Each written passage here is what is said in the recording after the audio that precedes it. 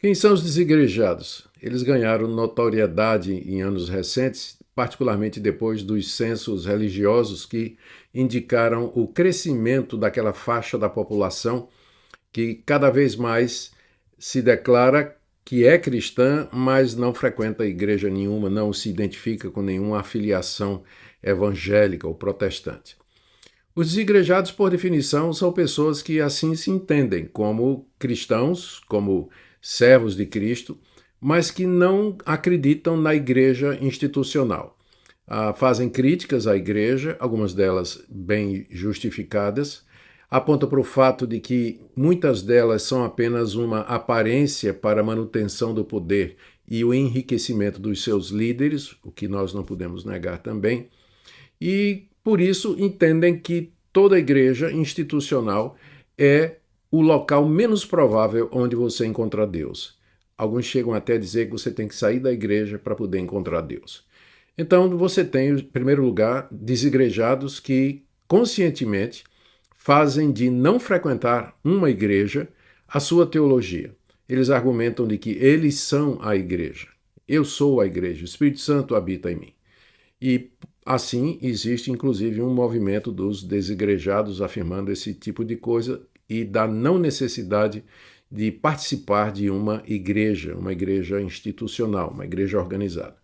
Entre os desigrejados também, aqueles que um dia foram membros de uma igreja, que foram feridos, magoados, foram assaltados, levaram até o último centavo daquilo que eles tinham, ficaram feridos por líderes totalitários. Nós simpatizamos com essas pessoas. O problema é que elas pensam que, depois dessa experiência que tiveram, elas pensam que toda igreja é assim, que todo pastor é ladrão, que todo pastor é abusivo, que todo líder realmente quer controlar e dominar a vida, a fé das pessoas. Nós não negamos que existem pastores assim, infelizmente, para mim são falsos pastores. Não nego que há igrejas que oprimem, legalistas e que colocam fardos imensos nas costas das pessoas. Mas eu não creio que cabe uma generalização. Não creio que cabe dizer que todas as igrejas são assim. E uma palavra que eu daria para os desigrejados, que são desigrejados porque foram feridos, é que procurem uma igreja onde possam tratar as feridas. E caminhando agora mais para o final desse vídeo, eu queria dar algumas razões pelas quais congregar-se é importante. Primeiro, porque é um mandamento bíblico. Está lá na carta aos Hebreus, não deixem de se congregar. Segundo, porque somente no ambiente da congregação dos irmãos, somente junto com outros irmãos, é que nós podemos praticar algumas coisas que Jesus ordenou. Por exemplo, batizando os novos discípulos, discipulando os novos discípulos, participar da ceia do Senhor, prestar culto em comunidade, se exortar mutuamente, cuidar um do outro, exercer os dons espirituais e ser abençoado pelos dons espirituais. O cristianismo sempre foi colegiado, coletivo, é sempre uma comunidade. Não existe isso de um cristão isolado quando ele tem opções de congregar-se, de reunir-se com irmãos, ainda que seja começando um grupo na sua própria casa. A igreja é importante, ela é o corpo de Cristo. Não adianta você querer Cristo e não querer a noiva dele. Nós não podemos separar as duas coisas. Eu não estou me referindo a uma instituição, mas a igreja mística de Cristo, composta por aqueles que professam o nome de Cristo em todo lugar. Congregar-se é importante. Lá você vai ser advertido, abençoado, consolado, atendido, ajudado, corrigido no que for necessário. A sua fé vai ser testada, provada, fortalecida. Você vai ter oportunidade de empregar os seus recursos para abençoar outras pessoas. Só existe vantagem em você estar congregado em alguma igreja. É claro, não deixe que a decepção perca ou faça você perder um dos meios mais importantes que Deus deixou aqui para que nós crescêssemos, que é a comunhão dos santos. Pense nisso. Olá, família Abrindo a Mente. Sejam bem-vindos a mais um vídeo do seu, do meu, do nosso canal. E para quem não me conhece, sou o pastor Frank Lima. Estou aqui todos os dias no canal Abrindo a Mente, despertando a mente das pessoas, a parte cognitiva, né? Eu recebi uma pepita preciosa do meu amigo, companheiro, irmão Alexandre Santos. Ele enviou para nós um vídeo do Dr. Nicodemos falando sobre os desigrejados, chamados desigrejados, né? E eu quero que vocês vejam esse vídeo pequeno, mas tem um grande conteúdo aí dentro e quero reagir às palavras do Dr. Nicodemos. O Dr. Nicodemos é um teólogo conhecido no Brasil. Eu sou o pastor Frank Lima, que durante 8 anos eu fui o pastor mais novo da Assembleia de Deus, Ministério Belém, aqui no Ceará. Sou pai na fé da minha família, pai, mãe, irmãos. Eles congregaram em uma das igrejas comigo, 2 anos, pai, mãe e irmãos. Com exceção dos 2 mais velhos, o restante congregou comigo. E durante 10 anos eu fui pregador itinerante no Brasil, preguei na vigília chamada que abala São Paulo. Estive em 2011 em Camboriú, preguei em Camboriú, a primeira palavra está aqui no canal Abrindo a Mente, e o vice-presidente da época, o pastor Reuel, fez a minha agenda para pregar nas igrejas em Camboriú, e estamos aqui com o canal Abrindo a Mente. Meus queridos, uma coisa que Marco Feliciano, falando sobre os chamados desigrejados por eles, e o Dr. Augusto Nicodemos, têm em comum os dois, eles não dizem uma das origens mais importantes desse movimento chamado os desigrejados. Em 2010, foi a chegada do Rubens Sodré. O Rubens Sodré surgiu com uma série de DVDs Prepare-se, que destes ele fez mais de 70. E aí, ele falava sobre Illuminati, sobre a nova ordem mundial, sobre a política e o domínio global. Da elite global, a sociedade das sombras, as 13 famílias de banqueiros, e enfim, todos os pastores viram com bons olhos, mas na hora que ele começou a falar do sistema envolvendo as igrejas, os pastores ficaram contra. Aqueles da rua Conde de Sarzedas, em Liberdade, São Paulo, onde queriam confeccionar os DVDs Prepares nas diversas lojas lá na Rua dos Evangélicos, agora eles não queriam mais saber. Mas ainda assim o pessoal piratearam, né, os DVDs do Rubem. Então o Rubem veio batendo no sistema, e aí muitos crentes foram abrindo os olhos e vendo que estavam sendo enganados pelas lideranças nas igrejas. Então o Rubem é um pioneiro aqui no Brasil referente a esse número de pessoas chamado desigrejados, em 2010. Esse aí é um fenômeno que veio acontecendo. A igreja institucional, que o Dr. Nicodemos faz parte, que o Marco Feliciano da vida faz parte, ela é exatamente o rompimento da fé do Messias. A igreja institucional é a igreja do afastamento da verdadeira fé. Ela é, na verdade, a igreja falsa. Vou dizer como. O povo que servia ao Salvador no século I e II, eles eram perseguidos. Mas na hora que o imperador Constantino era general e queria se tornar imperador, e viu que a fé cristã era muito forte e que as pessoas estavam com a mente voltadas para a fé, igual agora esse povo chamado desigrejado, ele foi, disse que agora a religião que eles adotariam seria o cristianismo. Então, cessou aquela perseguição e foram agora convidados a fazer parte da igreja. Só que a igreja de Constantino, ela veio com o mitraísmo, que já havia lá, 700 templos de Mitra, uma certa semelhança de Mitra, que sacrificou boi, que tinha ceia, com a igreja cristã. Então, foi aí, nesse momento, que a verdadeira igreja, com a fé pura, que era perseguida, e agora não era mais perseguida, estava agora aparentemente em paz, e que se levantavam a igreja usando o nome de Jesus e de muitas outras divindades. Então, esse foi o início da instituição, que depois passou a ser o papado, a Igreja Católica, e da Igreja Católica o protestantismo, né? podemos dizer assim, várias reformas, de Zwingli na Suíça, de Martin Lutero na Alemanha, de João Calvino, e vai por aí afora. Muito bem, e quem, na verdade, instituiu o cristianismo para ser a religião oficial do Império depois de Constantino foi o imperador Teodósio I, em 380, segundo a história. Depois podemos conferir, você pode conferir isso aí. Segundo, desigrejados é uma incógnita, não existe essa palavra, ela é uma palavra simplesmente polarizada, é uma palavra fraudada, não existe, porque é o seguinte, templo não é igreja. Igreja somos nós, somos pessoa. A palavra igreja, ela vem da palavra grega eklésia, povos retirados para fora. É o que Jesus falou em João capítulo 10. Eu sou o bom pastor chama as ovelhas para fora.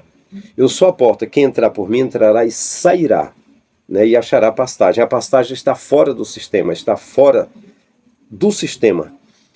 O sistema, podemos dizer assim, institucional, né?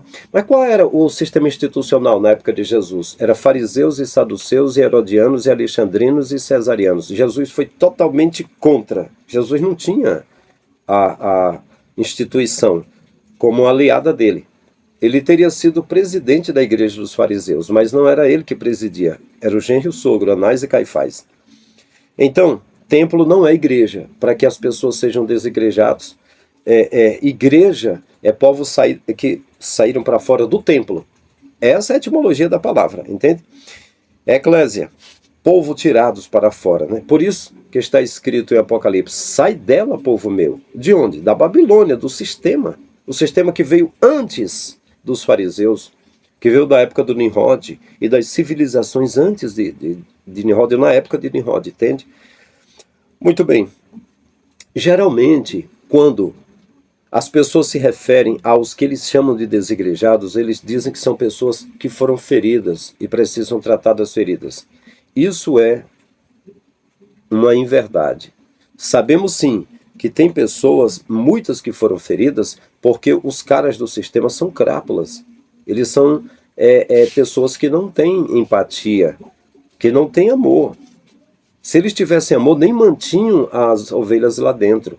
Quando eu era criança, eu tinha fascínio para criar pássaro. Eu queria criar pássaro, mas não criava, sabe? Mas hoje eu entendo que estariam presos os passarinhos. Isso é uma coisa triste, por mais que estejam cantando. O pessoal canta e bate palma, mas estão presos. Alguém que se diz um pastor de verdade não pode fazer isso. Tem de deixar as ovelhas livres. Mas o sistema mente. A música de Oséias de Paula.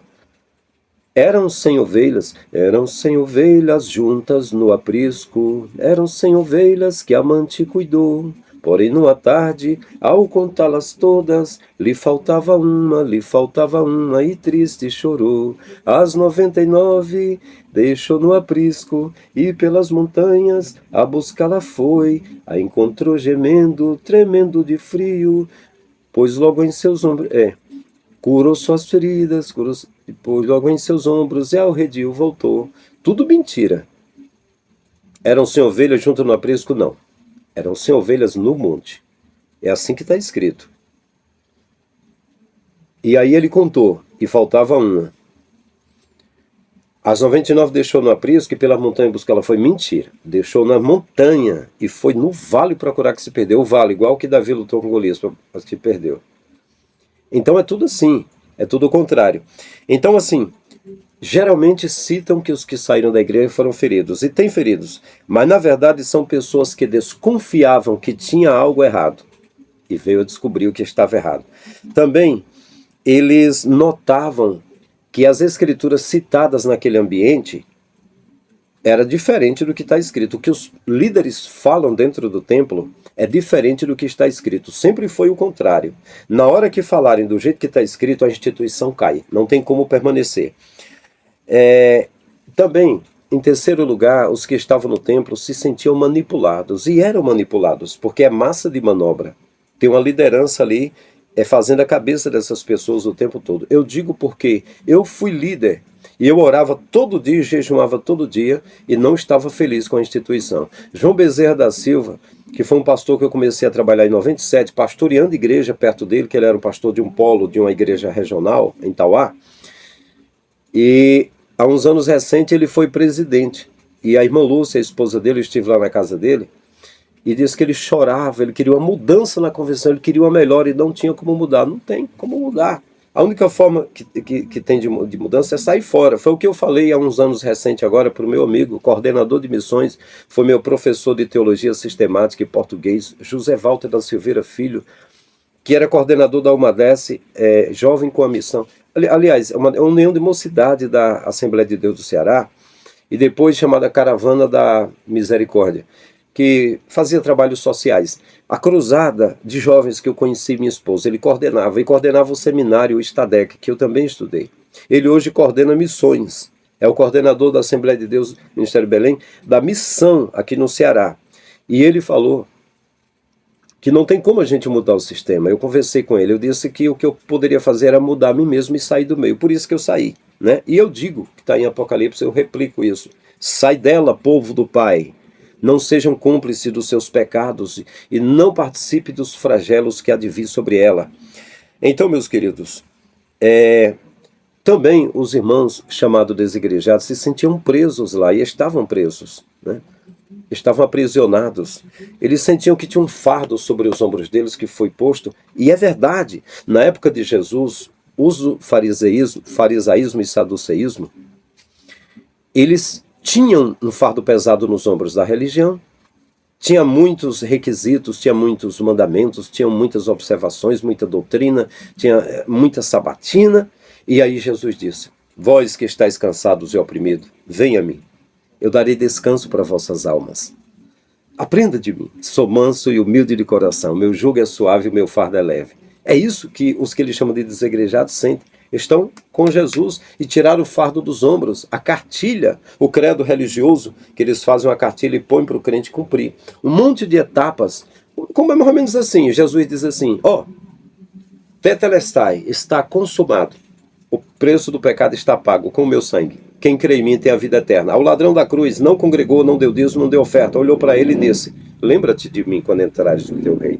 Jesus disse: hoje mesmo estarás comigo no paraíso. Sem dar dízimo, sem dar oferta, através do Salvador de verdade. Beleza. Mas esse povo não, eles dão um monte de regras para você cumprir. Põe um fardo no ombro e Jesus está dizendo: venha, quem está cansado e oprimido.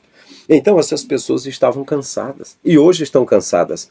E quando elas saem de lá, quantas pessoas, dezenas de pessoas falam no canal Abrindo a Mente, que é tão pequenininho, tem 4.500. Eles dizem: pastor, estou livre do fardo, estou me sentindo leve, né? Então, é isso aí. Todo pastor de convenção em CNPJ não serve ao Messias. Esse colegiado, essas convenções desse CNPJ, existe aí numa hierarquia que os homens criaram a partir do modelo da maçonaria para que sejam obedecidos, né? Então está aí na escala, tem o pastor presidente, tem pastores regionais que trabalham com o presidente, tem o presidente da convenção geral, tem pastor de setores, pastor de cidades, né? Tem pastores conselheiros, e aí tem na convenção eles têm um primeiro presidente, um segundo presidente, um terceiro vice-presidente, tem um primeiro tesoureiro, um segundo tesoureiro, um terceiro tesoureiro, um primeiro secretário, um segundo secretário, e enfim, uma mesa diretora aí para votar, para ser votado, um colegiado, totalmente longe do modelo dos apóstolos. Por exemplo, o dinheiro que chega para a convenção vai para um cofre, vai tudo anotado, aquela coisa toda, tudo administrado ali. E existem hoje no Brasil líderes que ganham até 350 mil reais de salário, né? Mais do que o desembargador Alexandre de Moraes ou qualquer um outro, né? E aí, na época, a Igreja de Jesus, que eles dizem que é como o colegiado de Jesus, está escrito assim: os que vendiam propriedade traziam os apóstolos e repartia cada um segundo a necessidade que cada um deles tinham. Como? Congregando no templo? Não. De porta em porta, de casa em casa, ajudando, partindo o pão de casa em casa. Não tinha um lugar fixo, um templo. Quando eles aceitaram a fé, eles se juntaram no pórtico, no alpendre do templo de Herodes, que era um modelo do de Salomão. Foi uma reforma do templo de Zorobabel na época de Neemias, e aí Herodes passou 46 anos reformando aquele templo. Então tinha 3 partes, tinha o alpendre e a parte de fora, eles ficaram da parte de fora. Mas foram perseguidos e se espalharam e não tinham lugar fixo, na época em que Paulo também recebeu cartas para perseguir crentes em Damasco. Então não tinha um lugar fixo assim. Os pastores, eles não foram instituídos por Jesus. Efésios 4:11, ele mesmo deu no passado uns para apóstolos, profetas, evangelistas, pastores e mestres, querendo o aperfeiçoamento dos santos, até que todos venham ao pleno conhecimento de Jesus. E você veja que são dons ministeriais que foram dados com prazo de validade, até que a pessoa cresça na fé.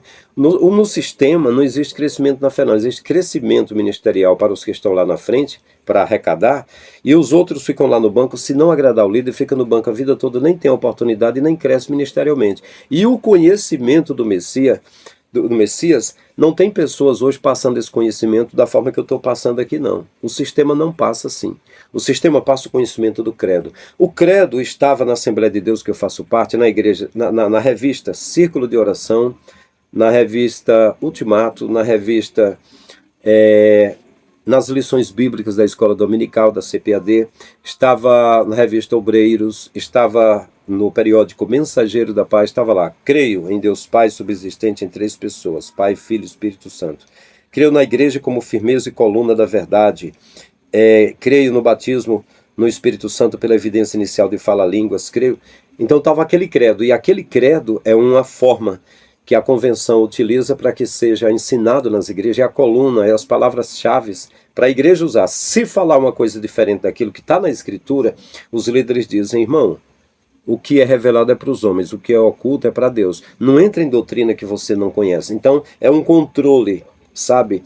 E isso chama-se seleção, heresia.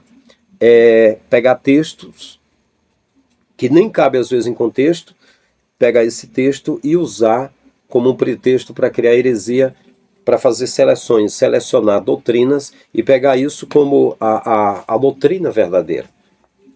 O Davi Miranda dizia que a doutrina deles era que levava para o céu. Se alguém saísse da Deus é Amor e fosse para outra igreja, perderia a salvação. Eu cheguei a dizer que a doutrina da Assembleia de Deus era melhor do que de outras. Hoje eu discordo. E vai por aí afora. Então assim, quando diz assim, ele mesmo deu no passado, é questão de dons. Não está dizendo ele dá, no presente hoje está fazendo. Não. É sendo consagrado pastores por convenções, e nas máfias evangélicas surge bispos e surge apóstolos para dizer que são maiores do que os pastores. Na verdade, o bispo quer dizer presbítero e ancião. Apóstolo foram os 12 de Jesus, enviados, quer dizer enviados somente. Esses que tem aí, que se denominam apóstolos, são todos falsos. Pelos frutos conhecereis, está escrito. Então assim, Jesus uma vez falou para Pedro: quem dizem ser o filho do homem? Eles disseram: dizem que tu és Elias, ou Jeremias, ou um dos profetas. Jesus disse: mas vós quem dizeis que eu sou?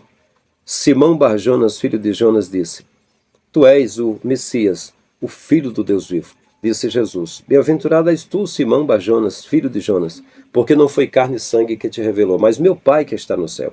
Eu também te digo que tu és Petrus, ou seja, pequena pedra ou um pedaço de pedra. Sobre esta pedra edificarei a minha igreja, e as portas do inferno não prevalecerão contra ela. A igreja católica, mentindo, diz que a igreja foi edificada em Pedro, e que Pedro foi o primeiro papa. Mas como se eles pegaram Pedro e crucificaram de cabeça para baixo em Roma? Não é? Foi levado para lá. Pedro não foi evangelizar em Roma, foi levado preso e foi crucificado de cabeça para baixo, porque dizia que não era digno de morrer como seu Senhor, queria morrer de cabeça para baixo. Não foi primeiro papa.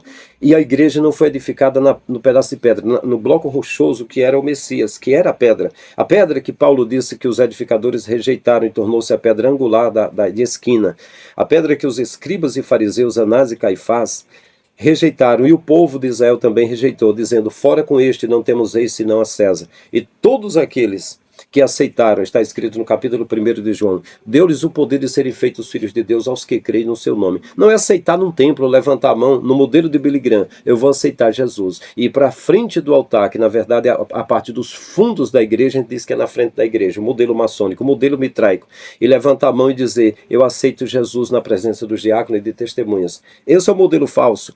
Aceitar o Messias é pela fé. Aquele que 2000 anos atrás morreu. Não tem como nem congregar com ele sendo pastor e nem os irmãos da época dele. E não tem como. Hoje, pela internet, eu estou falando aqui e as pessoas pegam esse vídeo. Quantas famílias se reúnem? Comem até pipoca comigo na tela da TV, segundo eles, e dão risada quando eu estou falando. Estamos juntos, irmãos. Estamos congregando no corpo do Messias, que é tão grande que está aqui onde eu estou e está onde você está. Mas no templo físico ele não está.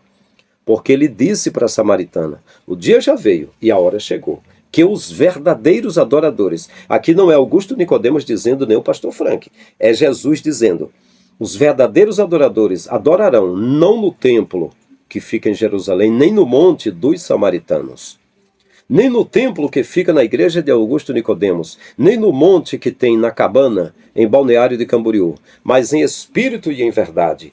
Deus é espírito, importa que os verdadeiros adoradores o adorem em espírito. Então, se o doutor Augusto Nicodemos diz que é para adorar lá no templo, ele está falando algo que Jesus não falou. Quem está mentindo? Augusto Nicodemos ou Jesus? Eu creio que quem está falando a verdade é Jesus e quem estaria mentindo seria o doutor Augusto Nicodemos. Então, Jesus, ele deu esses dons. Ele levou cativo o cativeiro e deu dons aos homens. Por exemplo, eu tenho o dom de apacentar. Eu estou com um templo. Aí eu digo, só existe um pastor que é o Messias. Mas eu estou falando para pessoas que são os verdadeiros templos. E que estão conectados no corpo do Messias. Entende? E, por exemplo, eu não estou pregando dízimos e oferta que era somente para levita. Nem Jesus pegou em dízimo. Só para levita, pacto mosaico.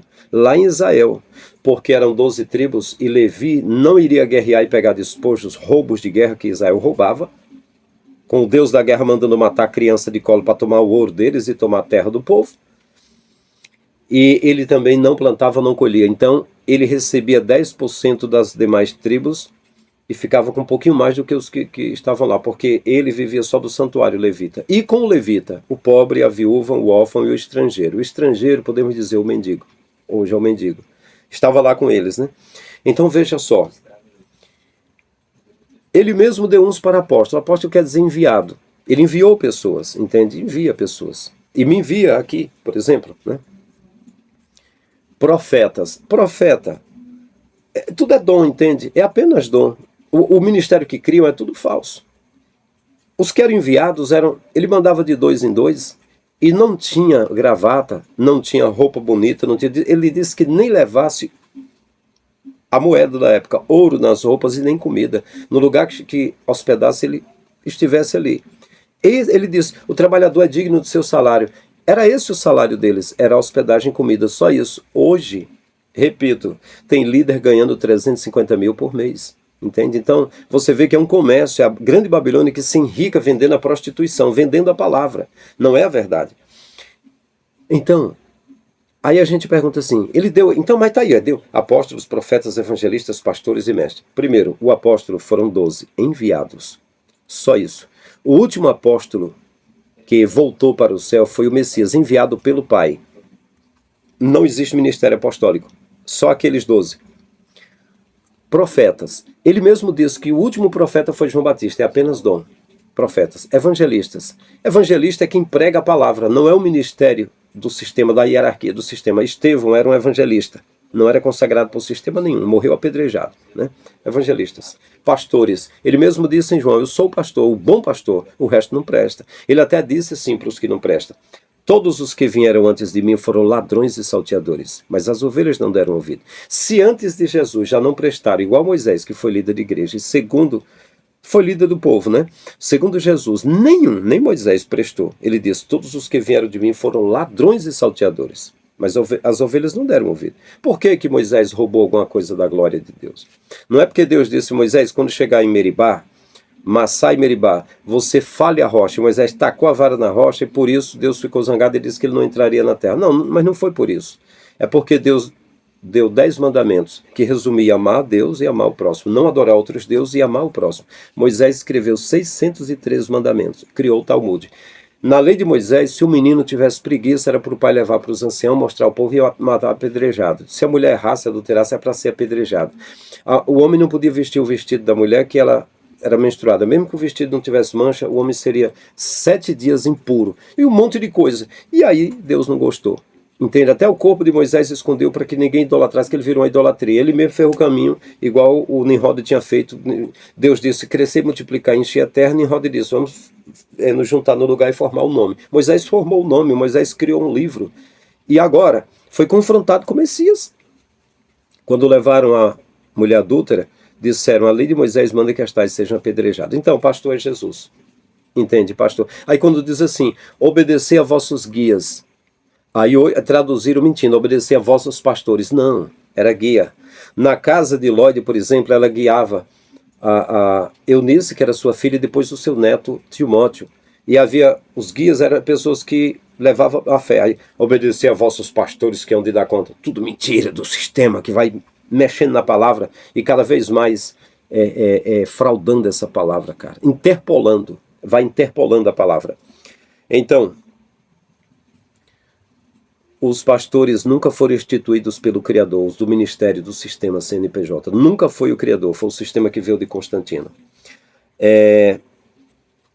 Jesus disse, os verdadeiros adoradores adoram o Pai em Espírito. São estes que o Pai procura. O Pai não procura pessoas que estejam congregando em templos. As pessoas procuram a Deus lá no templo, mas Jesus disse que o lugar da adoração do Criador é aqui na mente, no cérebro, no coração, não é no templo. 1 Coríntios 3,16, vós sois o templo do Espírito Santo.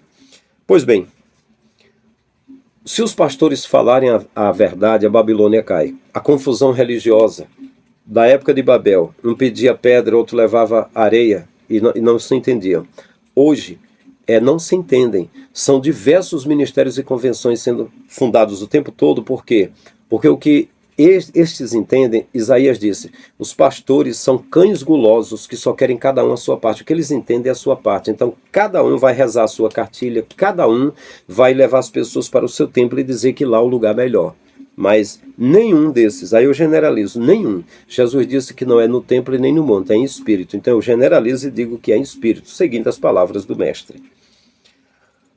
Eu digo o seguinte, existem boas intenções, mas o sistema está corrompido, né? Vou dar um exemplo aqui. Jesus tinha 12 discípulos, mas um deles era Judas. Daqueles 12 discípulos, tinha um que pensava em moedas, pensava em dinheiro, era Judas. Estava corrompido. Qualquer um templo ou ministério que a pessoa montar, vai ter sempre alguém lá no meio que vai estar interessado em moeda. E quando for mais tarde, os cães gulosos vão estar brigando lá por dinheiro, porque só vem as pessoas na condição de lucrar. Sempre foi assim e sempre será. É por isso que a igreja do Messias não é baseada em dinheiro. O mestre, o Messias, o pastor presidente dessa igreja que o pessoal chama de desigrejado, Pedro chegou e disse, é preciso pagar o imposto. Ele disse, eu não tenho nenhuma moeda. Vá lá no rio, pesque um peixe, tem uma moeda, pague por mim e por ti. Quando enviou os discípulos em Mateus capítulo 10, Pedro, André, Tiago, João, Filipe e Bartolomeu, Tomé e Mateus, e foi enviando, Judas morreu, e foi enviando, ele disse, não leve moeda nos vossos bolsos. Então vocês vejam que era diferente o modelo do Messias, viu? Totalmente diferente. Então, assim, não tinha moeda, mas Judas queria moeda. Então, eu digo, no sistema, o sistema, ele tem algo no sistema. Moeda. E é isso que segura as pessoas no sistema. E é isso que faz a grande Babilônia, o mercado, a moeda, né? A prostituição é porque é o seguinte, é uma mulher que a prostituta, eu vou dizer a prostituta, é uma mulher que vende o amor por dinheiro. As igrejas estão vendendo o amor de Deus por dinheiro. É aí que é chamada grande prostituta. E é aí que os líderes se enricam. Quando diz assim, caiu o anjo, caiu a grande Babilônia, que tem sido morada de todo espírito imundo de ave imunda. E os seus mercadores choraram porque perderam suas riquezas. Se o sistema cai, os líderes choram, porque eles vivem enricando com a grande Babilônia. A igreja do Messias não está aí, nessa grande Babilônia, viu? E aí o seguinte, há pastores bem humildes, pobres na verdade, não é humilde, é pobre, porque tem o pobre arrogante e tem o pobre humilde. Com a igreja pequenininha que está começando agora, ele pagou 200 e poucos reais, ele fez um ato, ele fez um estatuto, ele fez um registro, ele até começou a fazer um templo, cavou e fez o ritual maçônico enterrando a Bíblia como pedra fundamental, e começou do alicerce, ele era pedreiro, e arranjou uma gravata, o pênis de Baal, botou ali como conforme o figurino do sistema, e começou a levar crentes para lá. Então, irmão, vamos juntar dinheiro para comprar banco aqui. Vamos juntar dinheiro, irmão, para comprar ventiladores. E foi o tempo todo. Agora, o dinheiro que era para pessoas que vê outros templos do Criador, que come feijão e arroz, ajudar essas pessoas, passaram agora a se empregarem, a pegar 10% do dinheiro mal aplicado e comprar coisas materiais e sustentar agora um líder. E quando vai crescendo, aí tem de pagar um secretário, pagar um tesoureiro, tem de pagar fulano e pagar Beltrano, e o primeiro presidente, o segundo vice, que não sei o que, vai pagando e pagando e pagando e pagando. É uma riqueza enorme, e os pobres permanecem pobres. E Jesus não falou nada disso. Ele disse: no dia que eu for escolher os salvos e os perdidos, quando o Filho do Homem vier nas nuvens do céu com poder e grande glória, e se assentar no trono de glória, reunirá as nações diante dele, separará uns dos outros, dirá aos que estão à sua direita, né? Vinde benditos de meu Pai, possuir o reino eterno preparado para ti desde a fundação do mundo. Porque congregaste numa igreja, porque foste obediente ao pastor, porque comungaste com os irmãos, porque tomaste a santa ceia com os irmãos, porque estiveste junto com os irmãos, para ser exortado, para ser sabatinado, para ser consolado, para ser edificado, para ser provada a sua fé, para cantar no coral, tocar na banda, para ter oportunidade, irmão, para falar a palavra, para... Não. Venha possuir o reino eterno preparado para ti desde a fundação do mundo. Eu tive fome, tive sede, estive nu, preso, doente, você cuidou de mim. A obra de Deus foi enviar Jesus para que todo aquele que nele crê tenha vida eterna. Lembra da cruz, do lado de Jesus? Olhou para ele e disse: lembra-te de mim quando entrares no teu reino? Jesus disse: hoje mesmo estarás comigo no paraíso. Pronto, já foi salvo. Então, assim, se você acredita em Jesus e é salvo, o que o salvo faz? Qual é a obra de Deus? A obra de Deus não foi enviar seu filho para quem nele crê ter a vida eterna? Pronto. Então agora você vai dizer às pessoas que quem crê nele tem a vida eterna. Na verdade, não tem mais nada para fazer. Se der um vestido para Deus, Deus não veste. Der a comida, Deus não come. Mas se você der para o carente, Deus recebe. Então é só isso. Amar Deus, amar o próximo. Quando você puder, você ajudar um carente. É só isso. O resto é comércio. Então, assim, existem boas intenções de alguns líderes pobres que começam com todo zelo querer ser uma igreja verdadeira, mas na hora que registra o CNPJ, na hora que começa com o templo, aí começa a entrar dinheiro, não tem jeito. Sempre vai ter ajuda lá, sempre vai haver corrupção. E não tem jeito porque para ele manter o povo dentro do templo, ele vai ter que mentir. Ele vai ter de usar os argumentos do sistema. E esse sistema, quando Jesus disse tetelestai, está consumado, caiu o sistema. A salvação agora é baseada em nenhum ritual mais físico. É agora crendo espiritualmente em Jesus. É só isso. Eu generalizo a Babilônia. Está escrito que essa bagunça religiosa das igrejas é generalizada. É abominação ao Pai. Está escrito que deu de beber a todas, generaliza, todas as nações com o vinho da ira da sua prostituição. Então, a igreja católica, a igreja evangélica, as igrejas, todas que foram criadas por homens, usando o nome do Criador, estão contra a palavra do Messias. Não é no templo nem no monte, é em espírito. É em espírito. Estão desprezando a palavra do Messias. E são os falsos adoradores segundo o Messias. A igreja que trata as feridas... A igreja que trata as feridas, né, o doutor Nicodemos cita, é o seio do Messias. Essa igreja trata as feridas. Vinde quem está cansado e oprimido, eu vos aliviarei. Alivia da dor, do sofrimento, da dúvida, do temor, da tristeza, né, da vontade de ser livre sentindo o fardo no ombro, né? Então, assim, é o corpo místico de Jesus que a igreja faz parte. Não é corpo físico, é corpo místico. Somos chamados de pedras vivas. O corpo do Messias, disse Paulo, tem muitos membros e nós somos membros desse corpo. Aí ele faz uma comparação. Assim como o corpo tem a mão, tem os olhos, tem a boca, assim somos nós no corpo de Cristo. Então nós congregamos sim. Digamos que a congregação, o nosso corpo seja uma igreja. E essa igreja tem membros. Por exemplo, o meu corpo é uma igreja, os membros da minha igreja. A orelha é um membro, o nariz é outro membro, o olho é outro membro, a boca é outro membro, e a mão é outro membro, e vai. Somos nós no corpo do Messias, entende? O corpo do Messias é místico, e nós cremos no Messias, e crendo nele estamos conectados com ele. É o corpo dele, é um corpo místico que está no mundo todo, entende? Em qualquer parte ele está. Ele disse, onde estiver 2 ou 3 reunidos em meu nome, eu estou no meio. Aí você diz assim, tá aí, ó, é uma igreja. Não. 2 ou 3 não é uma igreja. 2, está escrito assim, 2 é melhor do que 1. Se um cai, o outro levanta. Se um está frio, o outro aquece. E o cordão de 3 voltas é mais forte do que o de uma. O cordão de 3 voltas é o quê?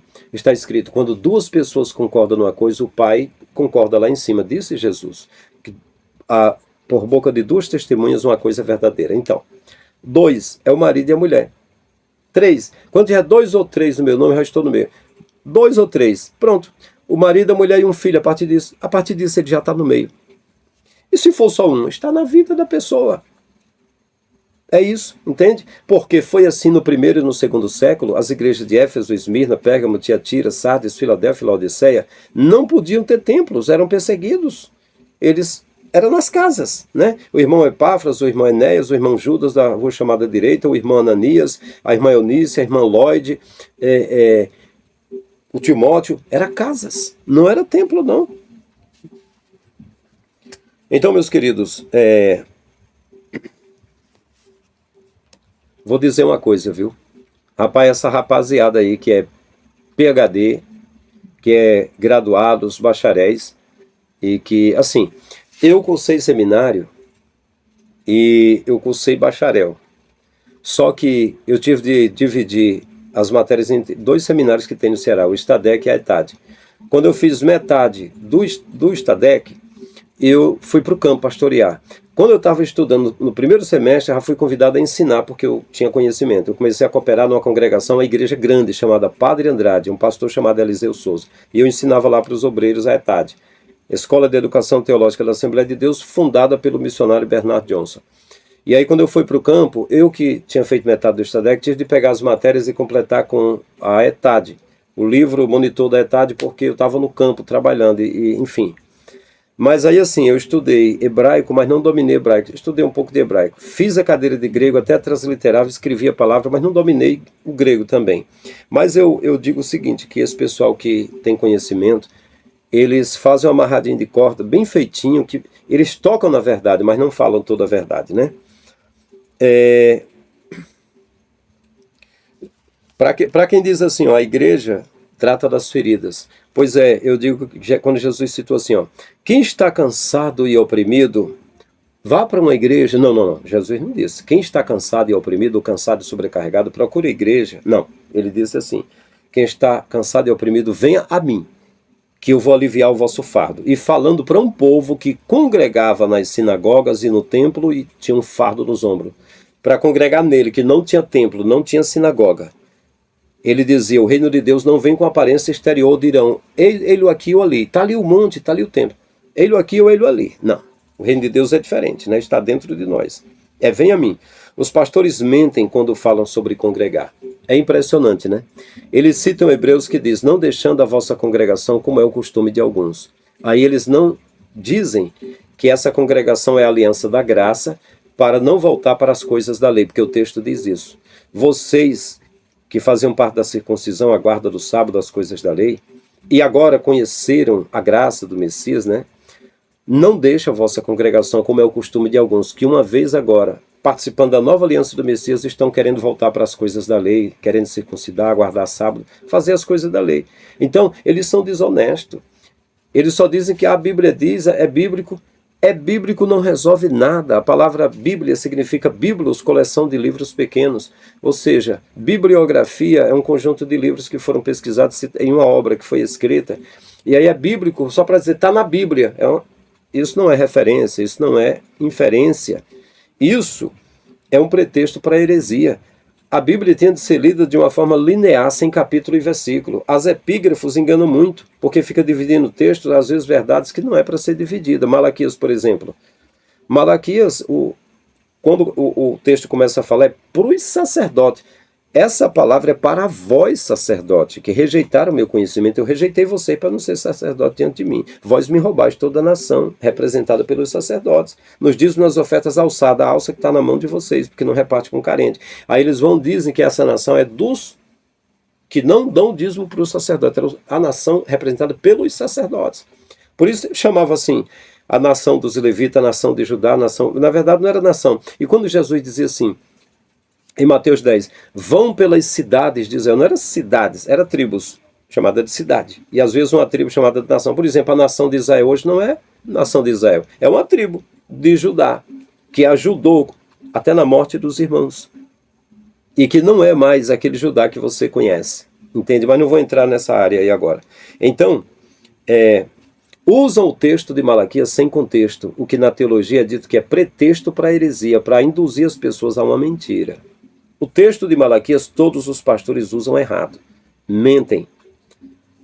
Lá é falado para os sacerdotes repartir com os carentes, mas o que está escrito, que eles ensinam, dá a entender que é o povo que não leva para os sacerdotes. E não é pastor brasileiro, não, era só para Levi. Nem Jesus pegou dízimo porque era da tribo de Judá. E ele até disse aos da tribo de Judá que usurparam os dízimos. Vocês estão assentados na cadeira de Judá, não, de Moisés. Foi Moisés que deu esse negócio para vocês aí, foi Moisés. Vocês se assentaram na cadeira de Moisés e agora estão querendo me desafiar. E quando Jesus foi acusado para ser morto, foi acusado de blasfêmia, por ter ido contra a lei de Moisés. Quem era contra a lei de Moisés estava blasfemando. Talvez as verdades que eu estou falando aqui da Escritura, alguém diga que eu estou blasfemando contra o santo homem de Deus, Nicodemos. Mas eu estou usando a Escritura. Bendito seja o Criador, e seja Nicodemos ou Franco ou qualquer homem mentiroso, mas o Criador não. Eu vou pela palavra do Criador, não é Franco, é o que o Messias está dizendo.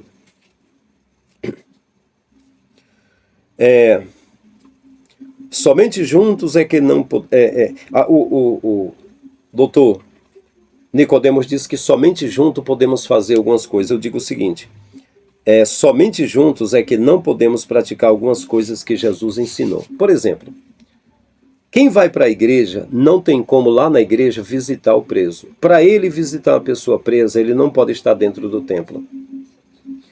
Para ele andar e saber quem é que está passando fome e conseguir uma cesta básica para quem está passando fome, ou então periodicamente ficar ajudando, se ele não tem, ele lá no comerciante bem rico dizer, olha, vamos fazer um patrocínio, vamos fazer uma doação para Deus, apadrinhe uma pessoa, dou uma cesta básica por mês que eu vou me encarregar de conduzir para essa pessoa. Para fazer isso, no templo não tem como fazer isso. Para ir no hospital visitar o doente, porque Jesus disse assim, ó, tive fome, tive sede, estive nu, preso, doente. Para a pessoa visitar o doente, não pode estar no templo, tem de estar lá. E não precisa que tenha um pastor, olha, vamos organizar uma filinha para vocês saírem para ir para o hospital hoje. Não, não, não. A liturgia da igreja chama você e ocupa você.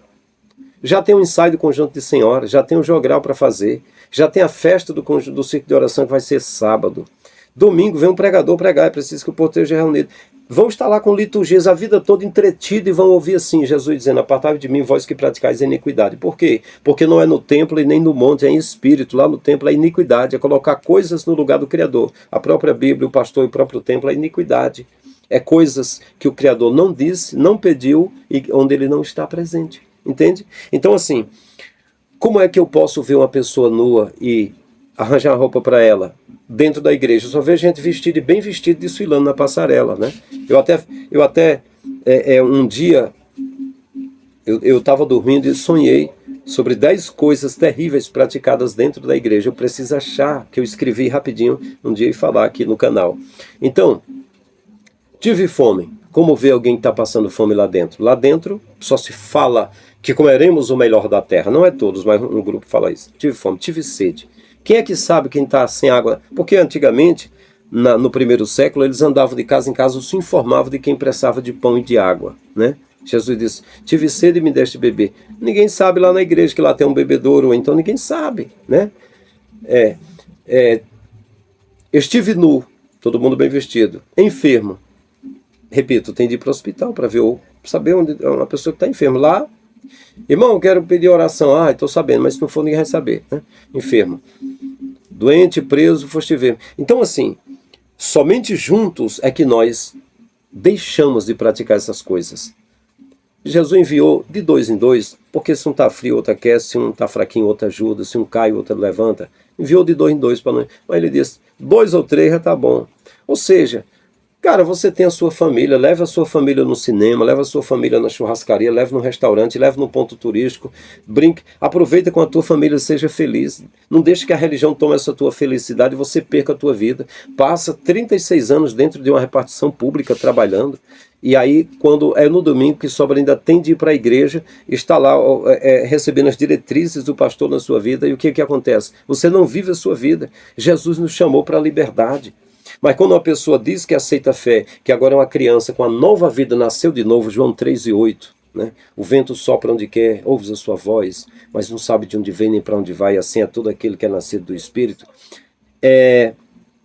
Ao invés da pessoa agora crescer com liberdade, uma nova criatura, não, é levada para digamos assim, uma incubadora religiosa e cresce lá dentro daquele laboratório da fé, e lá dentro ele é doutrinado, ele fica lá, criado em cativeiro, igual o bicho, fica lá dentro, crescendo lá dentro, sem viver, com aquele fardo que Jesus falou.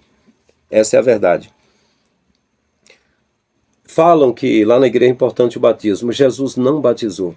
Não era importante. O batismo de João Batista era apenas um símbolo. Não era um preceito de fé nem de salvação. É por isso que está escrito assim: quem crê e for batizado será salvo, quem não crê será condenado. Ei, mas a condenação não é por não ser batizado? Não, é por não crer. Batismo é uma opção.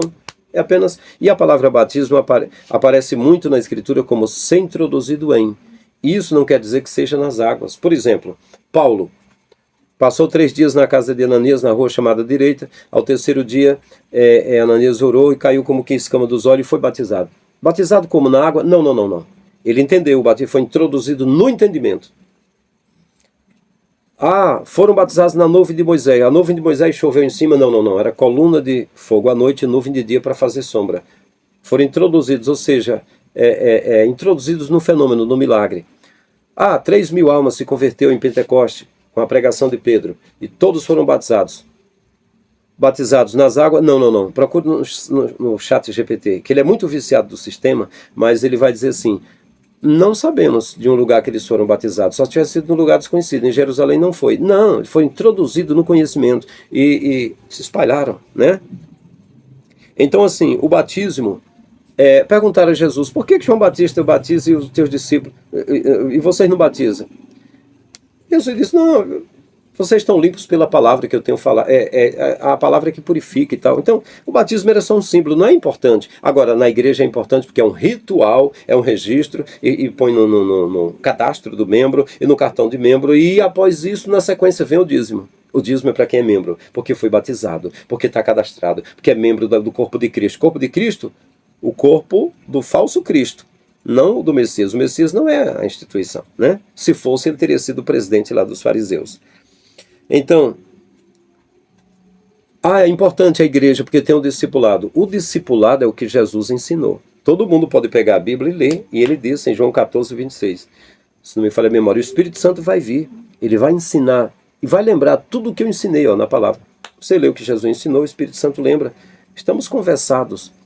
Não, mas é porque lá no templo eu tenho uma cartilha, eu tenho um modelo que difere dos outros, tem uma competição, e eu quero que você faça parte lá. Então eu quero que você esteja lá. O homem quer, mas o discipulado, inclusive eu vou ser mais claro aqui. Em Mateus 23, Jesus disse: há um único mestre que é o Messias. Acabou. Então por que eu vou criar mais doutrinas se foi o Messias que disse que é o mestre? Não, mas nós temos na Assembleia de Deus o mestre Claudionor Corrêa de Andrade, Elienay Cabral, Antônio Gilberto, Severino Pedro da Silva,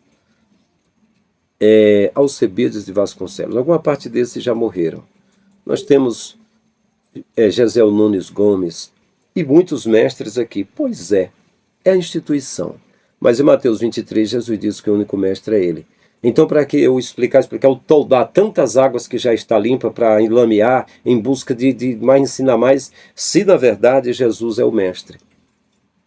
Então, os meus argumentos têm de ser para explicar, clarear o que Jesus falou, só se for. Se as mentes estão aí toldadas por tanta falsa doutrina que não é o Messias, né? Então o discipulado deveria ser o ensino de Jesus e não os ensinos da cartilha. O que acontece é que nas igrejas, o discipulado, a pessoa é discipulada e o próprio seminário ensina a pessoa a fazer parte da eclésia, fazer parte não da verdadeira igreja, fazer parte da instituição e sustentar essa instituição. É a cartilha. Aí se tornam crentes fundamentalistas, com jargões falsos e mentirosos. Irmão, eu dou o meu dízimo na igreja. Se o pastor usa mal, é ele Deus, mas eu fiz a minha parte. Pois me responde, filho de uma égua e filha de uma égua. Onde é que está escrito isso? Você é um papagaio repetidor, que está repetindo esse jargão que os líderes criaram para não serem fiscalizados, já que a igreja dele tem imunidade tributária, não paga impostos e ainda, se importar alguma coisa do exterior, não paga taxas e ainda não precisa declarar receita para vocês, como é o modelo do Edir Macedo e do Valdemiro e de muitos que pegam a riqueza e não declara nada, não quer declarar nem para a Receita Federal e por isso é fiscalizado, porque é dinheiro demais e por isso que tem de ser fiscalizado, porque é grana demais, né? Então, o discipulado da igreja evangélica é o ensino da grande Babilônia, é prostituído. Não pode falar a verdade. Na hora que falar a verdade, o império cai. Então, o verdadeiro discipulado é o discipulado do Messias, que Jesus fez discípulo, ensinar o que Jesus ensinou. E foi totalmente contra o templo. Totalmente contra. Mas é importante estar na igreja porque tem a ceia. A ceia da igreja é a ceia falsa. Jesus falou assim, ó. Quando Jesus celebrou a Páscoa, ele disse, partiu o pão nos pratos. Não era um copinho pequenininho, um pãozinho pequenininho. Esse modelinho de copinho pequenininho, pãozinho pequenininho, era o modelo mais mitraico, da ceia simbólica do Mitra. Lá é de Roma. E aí pegaram esse modelo para transubstanciação, a transformação dos elementos, e a consubstanciação na igreja evangélica, a representatividade. Então, assim, Jesus partiu o pão nos pratos e disse, façam isso em memória de mim. Então, em memória de Jesus, eles partiram 2 pães. Primeiro, o pão da vida, dizendo que Jesus alimenta o espírito para a salvação. E o pão físico, eles partiam de casa em casa. Era só isso. Mas essa ceia evangélica do pãozinho e o vinho, criado como um dogma para segurar as pessoas lá dentro, tem onde ir. Porque se eu não for, eu não pego o copinho e o pãozinho. Isso aí, a igreja primitiva não praticava, não existia. É coisa que homem fez. E homens malignos, usando o nome do Criador e usando de tudo para segurar essas ovelhas no aprisco. Eram 100 ovelhas, segurar lá dentro, né? Jesus disse, vossos pais comeram o maná do deserto, o pão no deserto e morreram, mas quem comer do pão que eu der nunca mais sentirá fome. Então não preciso uma vez por mês comer esse pão, que já comi uma única vez. E saciou minha fome para a vida eterna, o pão que é Jesus. Essa ceia simbólica é falsa. Ela não é verdadeira, não é a que o Messias ensinou. Entende? Foi ele que falou, não é? Mas é uma ceia mitraica, né? Não, tem de vir tomar a ceia aqui, senão não tem comunhão com Deus. Mentira. A comunhão é com o Messias, é o pão que a gente come e nunca mais sente fome, é o pão da vida, está escrito. E Jesus disse mais, para os mentirosos que dizem, irmão, você tem de vir fortalecer, irmão, Jesus está presente, irmão, na ceia, irmão, do corpo dele, o vinho, o sangue dele, irmão, ele está presente. Mentira, ele disse, nunca mais estarei com vocês numa ceia. Somente um dia, quando for uma ceia nova no reino do meu Pai, aqui na terra, nunca mais eu estarei. Essa simbólica aí é mentirosa, ele não está presente. E ele disse, não é no templo nem no monte. Então, o seu Augusto Nicodemos não está falando a verdade. Mas quem está no sistema não tem importância. É generalizado. Não pode, eu generalizo, não pode falar a verdade. Eu digo com experiência de quase 30 anos de ministério. Muito bem. É preciso vir para fazer cultos na comunidade. Pronto. É uma abominação nos dias de hoje. Nos dias da graça é abominação.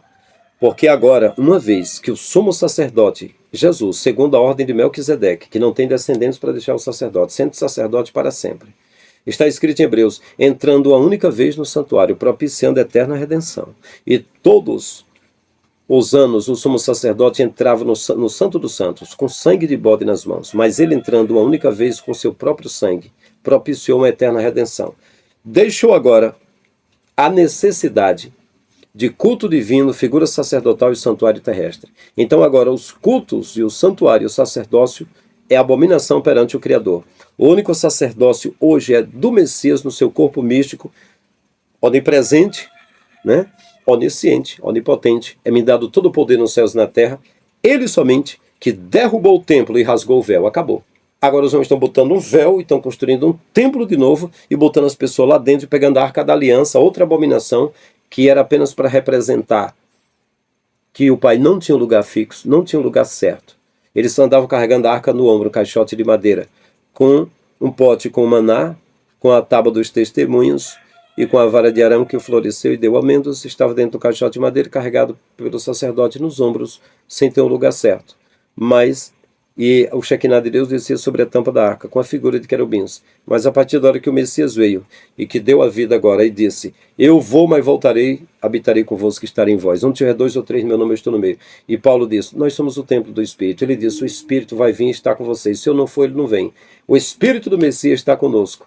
E nós somos o templo dele. E agora, um templo físico, voltando para o arcaísmo, voltando, retrocedendo, regredindo para um templo físico de pedra, está anulando o sacrifício do Messias. Está dizendo que o Espírito do Pai em nossa vida não tem valor.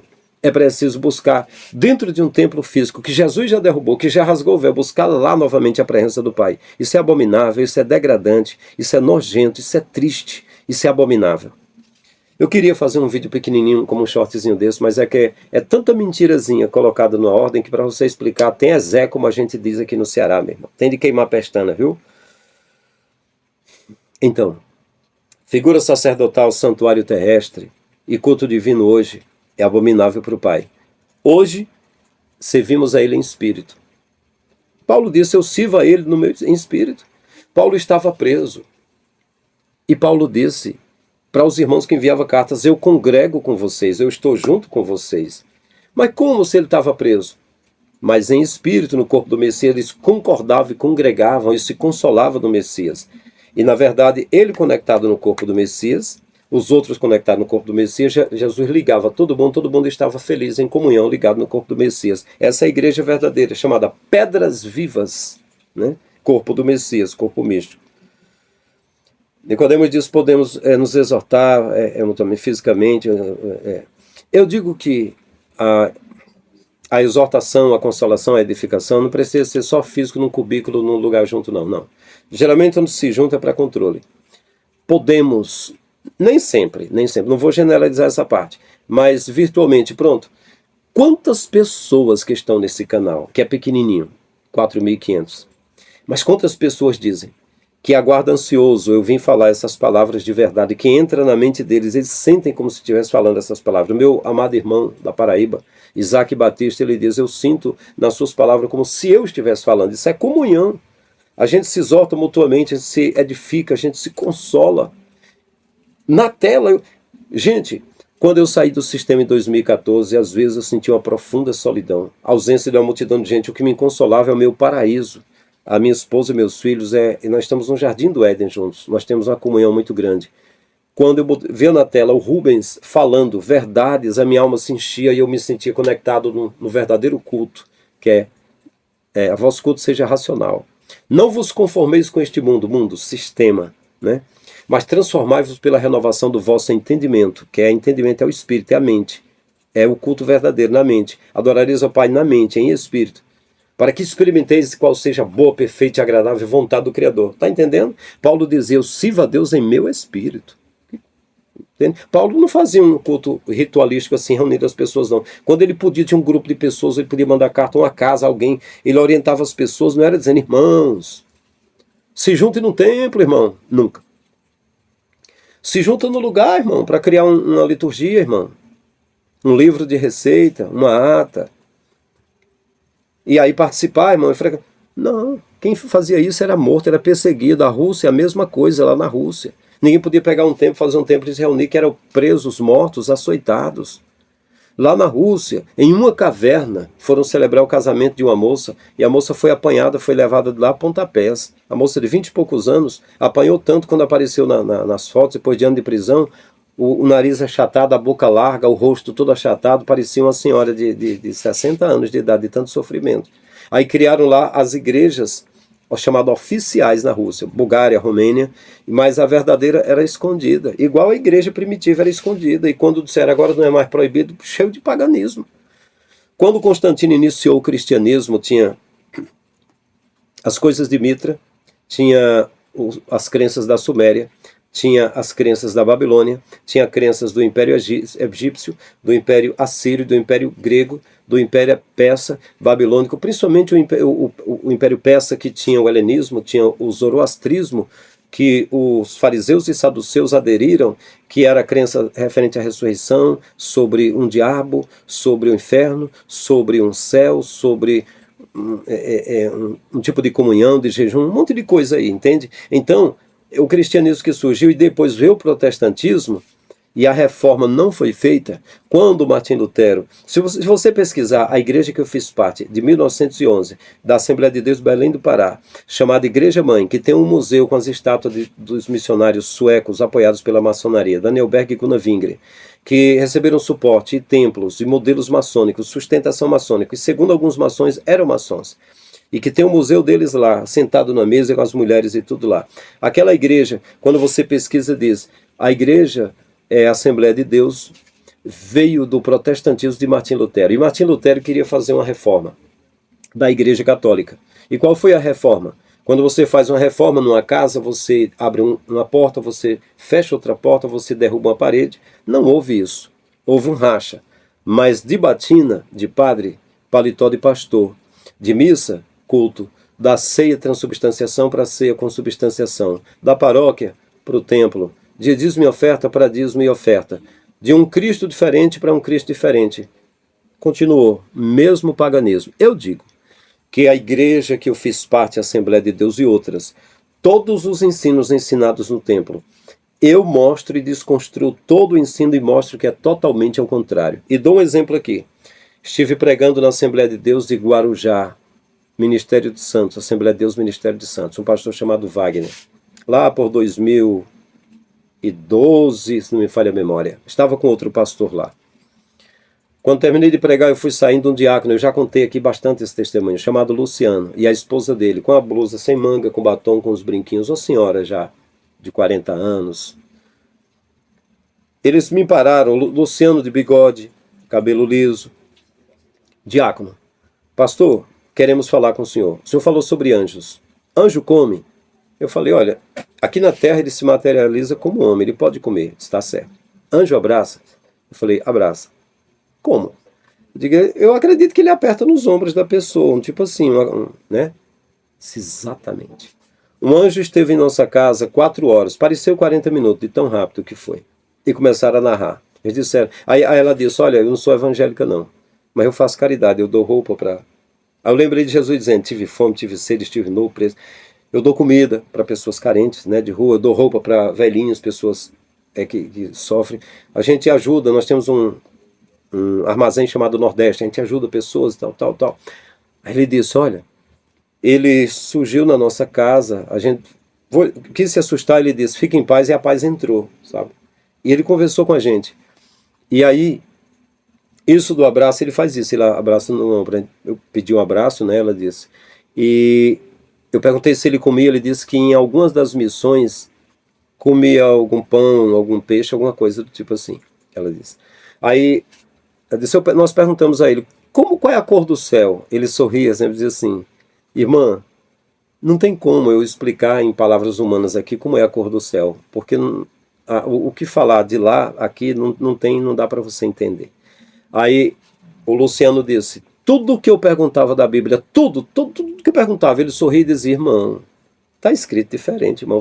Irmão, veja como está escrito. Aí ele dizia, eu olhava e via que era exatamente diferente do que eu aprendi. Ele disse, passei pela mão de 7 pastores, Luciano, diácono da Assembleia de Deus, Ministério de Santos, pastor chamado Wagner na época, lá em Guarujá, São Paulo. Ele disse, passei pela mão de 7 pastores, mas tudo que eu aprendi deles era o contrário da Escritura. Isso é o sistema faz isso. Então, meus queridos,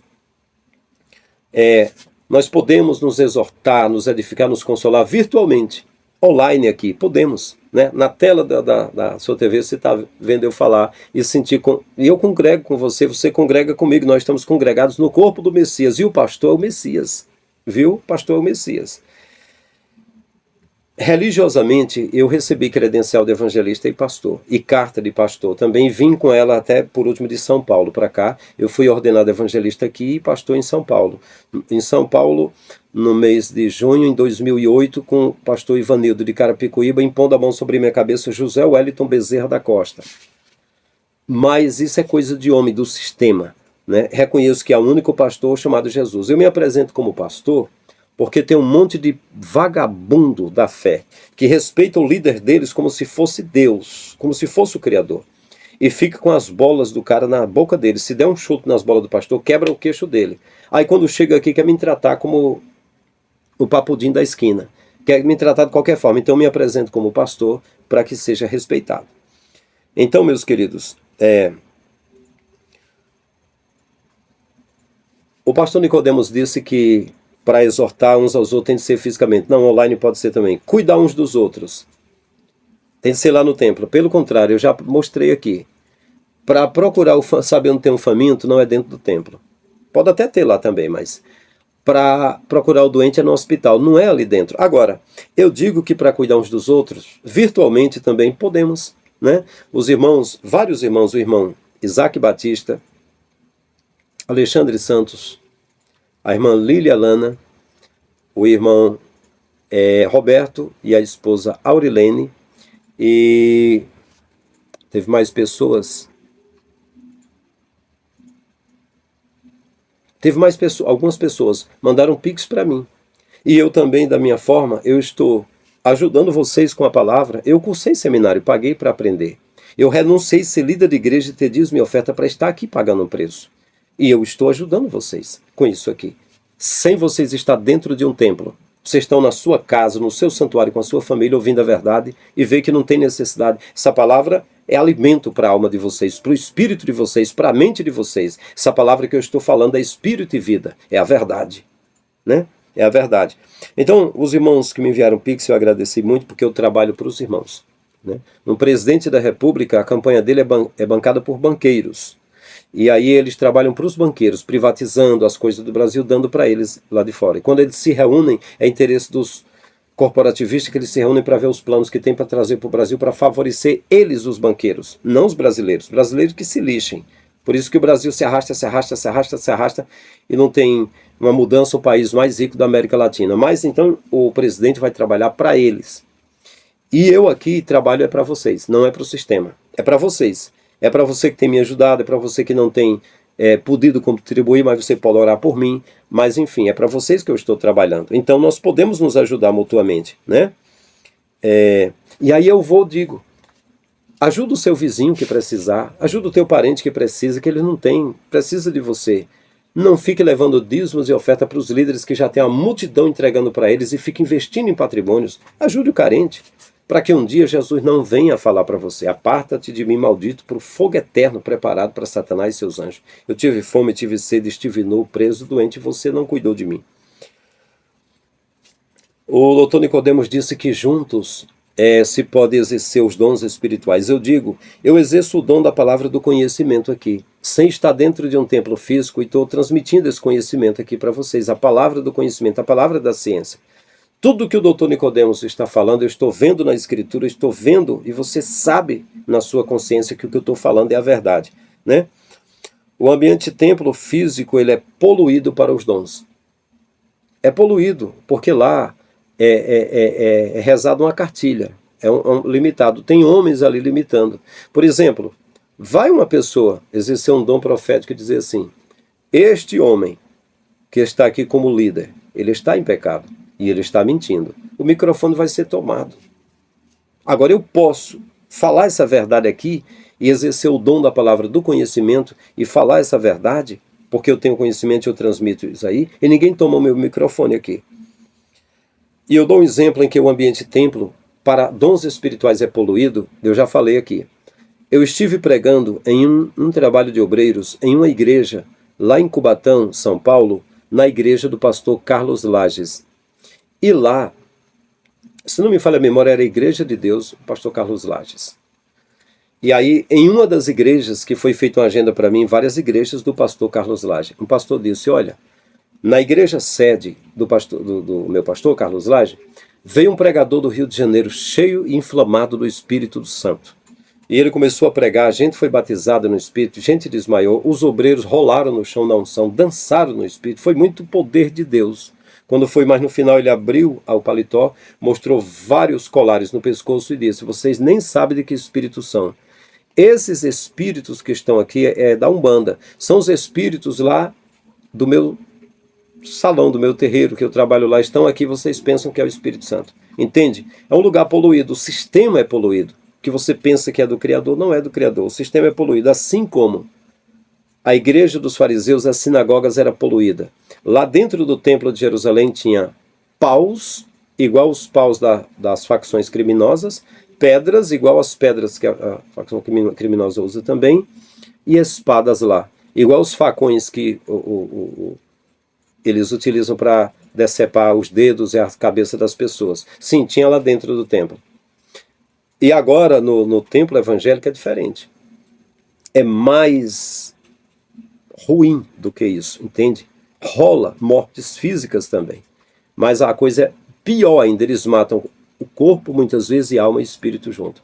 A alma já está drenada nesse adrenocromo da fé no templo. O espírito já está com o fermento do fariseu, já está poluído já ali, já está preso já. E até fisicamente pode partir, né? Então, ambiente poluído. Porque Jesus mesmo disse: a casa de meu pai é casa de fala, de oração, é ser humano. Vós transformaste num salão, num covil de salteadores. Ele virou as mesas que estavam ali quando estavam cambiando, negociando. Pode estar certo que é um negócio. Quer ver um negócio? O pastor pega o telefone. Alô, reverendo Marco Feliciano, meu querido. Como eu faço para ter a sua presença aqui? Aí, cara, alô, aqui é o secretário, pastor Marco Feliciano. Olha, a agenda dele está lotada. Durante esse mês não pode. Um dia tal. Quanto é para trazer ele aqui? 20 mil, 40 mil, né, e tal. É um negócio ou não é um negócio? Mas se eu trouxer o Feliciano, eu faço uma barganha com ele. Eu digo à igreja que vamos pagar 20 a 40 mil. Eu vou pedir ajuda ao prefeito. O prefeito faz conchavo comigo porque eu vendo as cabeças dos crentes. Mas eu vou lucrar com isso. Então o prefeito dá uma boa parte ou tudo.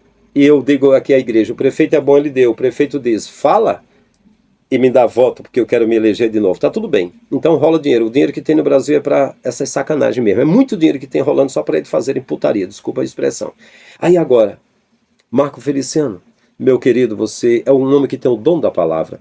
Você mesmo disse que não é pregador, é contador de história. E você vai contar uma bela história. E vai fazer o seguinte, eu quero que você arranque mais uns 40 mil aqui da igreja dos crentes. E aí metade é seu e metade é meu amado, Marco Feliciano. Fechou? Estamos juntos e misturados. Tudo certo. Entende? Breve vocês estarão no colo do capeta, seus filhos de umas éguas. Viu? Então é um ambiente poluído. Então se Marco Feliciano, se pessoas estão profetizando lá, é tudo falso. Porque o espírito dele que pega nos outros é tudo falso, é tudo a mesma coisa. Em Samaria tinha o rei Acabe, olha o nome do desgraçado. Fosse pelo menos no começo, mas Acabe. Não era Termine, Acabe, destrua, né? Acabe, mas eu estou brincando com o nome. Acabe era esposo de Jezabel, uma mulher poluída igual a igreja de hoje.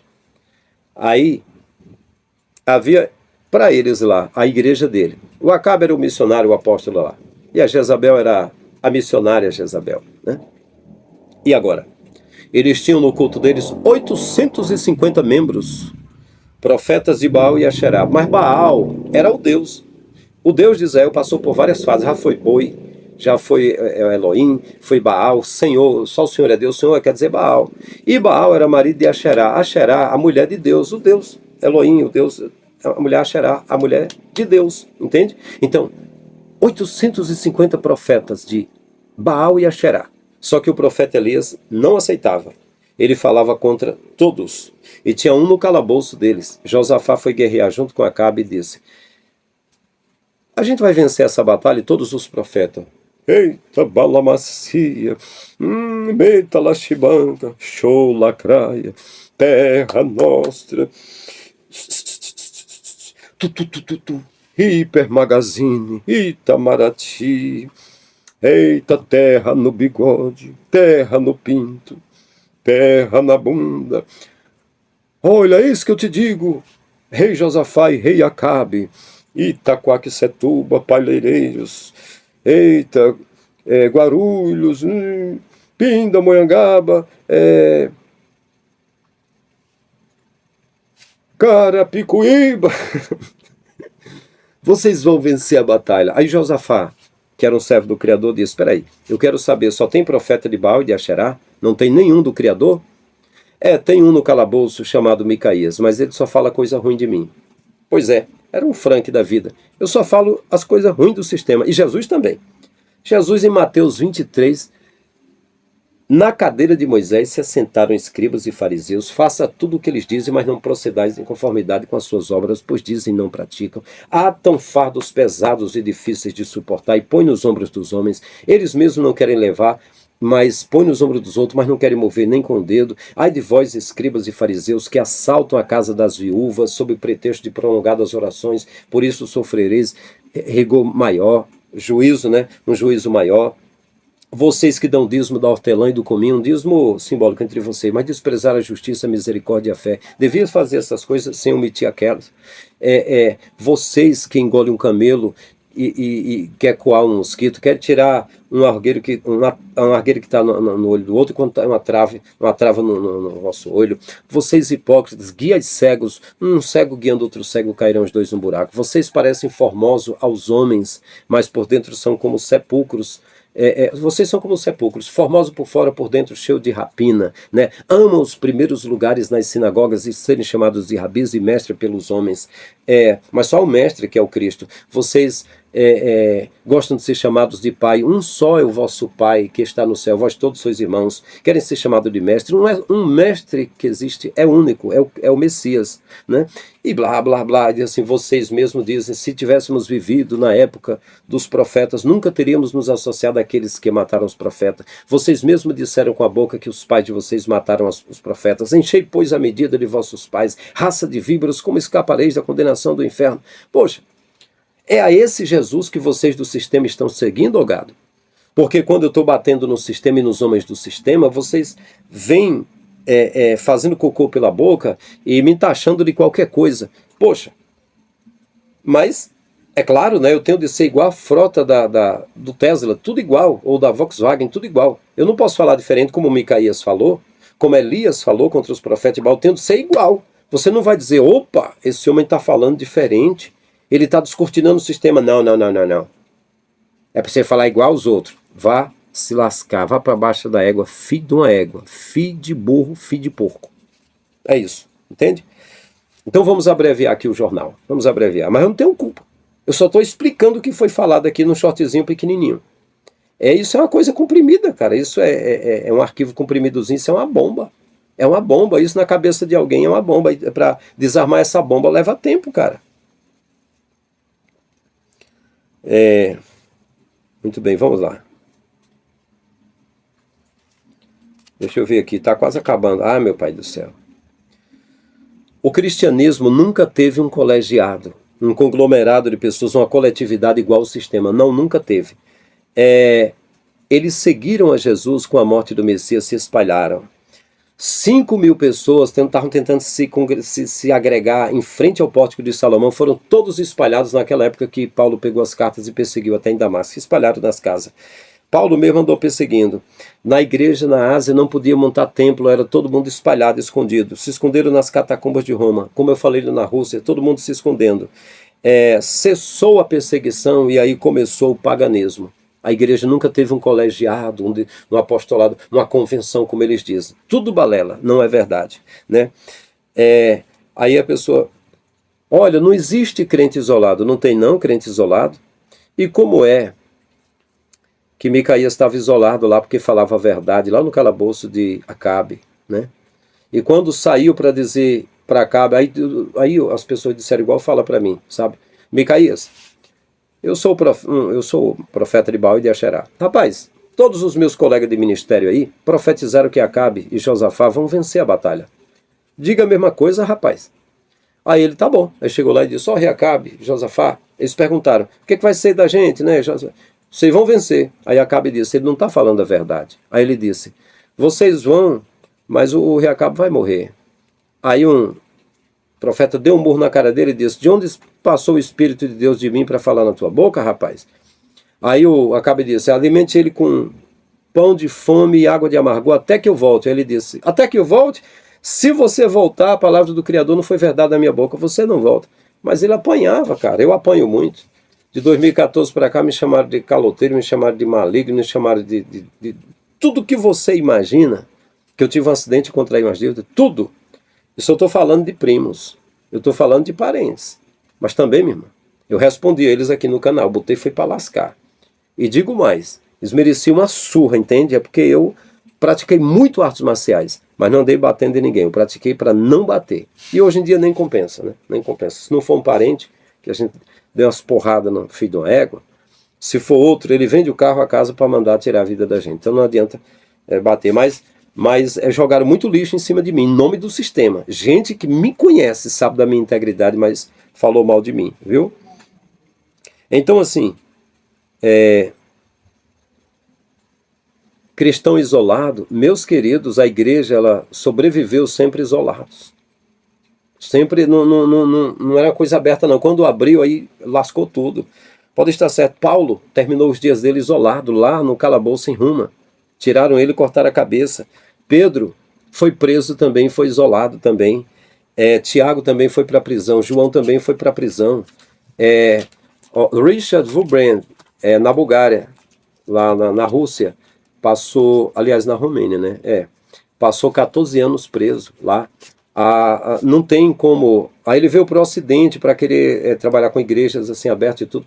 O cristianismo verdadeiro sempre ele foi muito isolado, entende? Nunca foi aquela coisa oficializada assim, não. Nunca foi. Agora eu digo, não há isolamento no corpo de Cristo. Pelo contrário, há liberdade. Hoje eu sei que todos os meus sonhos eu posso realizar. Posso gravar minhas músicas, que eu tenho mais de 50 músicas, tudo. Posso gravar minhas músicas ainda, só tenho uma condição financeira, que eu ainda não tive. Poderei ainda praticar mais artes marciais junto com os meus filhos, possivelmente.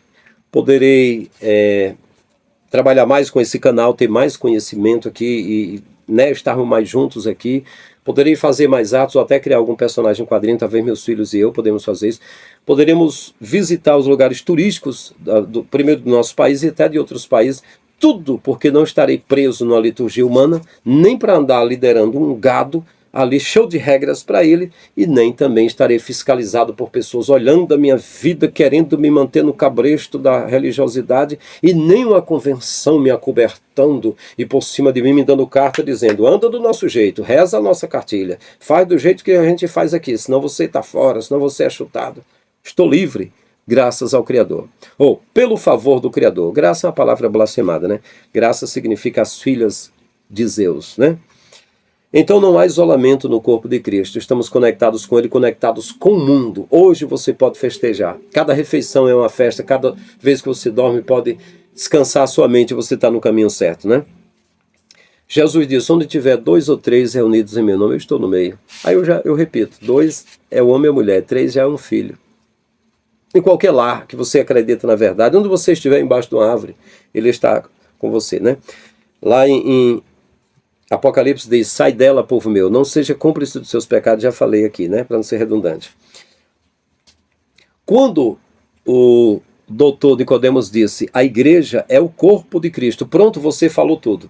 A igreja é o corpo de Cristo. O que passa disso é o sistema, é o mundo que jaz no maligno e que está perdido e não é a verdadeira igreja. A igreja é o corpo de Cristo, entende? Somos membros do corpo de Cristo, isso é espiritual. Né? A gente pode cuidar uns dos outros sempre que puder, notificar pela internet, dizer a uns que ajudam os outros. Se um dia puder nos reunir algum grupo de gente, sim, mas essa coisa, essa litúrgica, essas reuniões conclamadas, essa liderança, essa hierarquia, tudo isso aí é da grande Babilônia, é da besta das águas, né? Que tem a besta da terra, o poder político, o poder religioso, é exatamente o sistema de Nimrod, é o exército de Nimrod religioso aí, é exatamente a Babilônia, não é a igreja do Messias. Então, a igreja, o corpo de Cristo, não é instituição. E quando Nicodemos disse assim, a igreja é o corpo de Cristo, isso nós não podemos separar exatamente. Nós não somos desigrejados, estamos no corpo de Cristo, somos o corpo de Cristo da terra e não podemos separar, né? Ele diz o seguinte, congregar é importante, sim.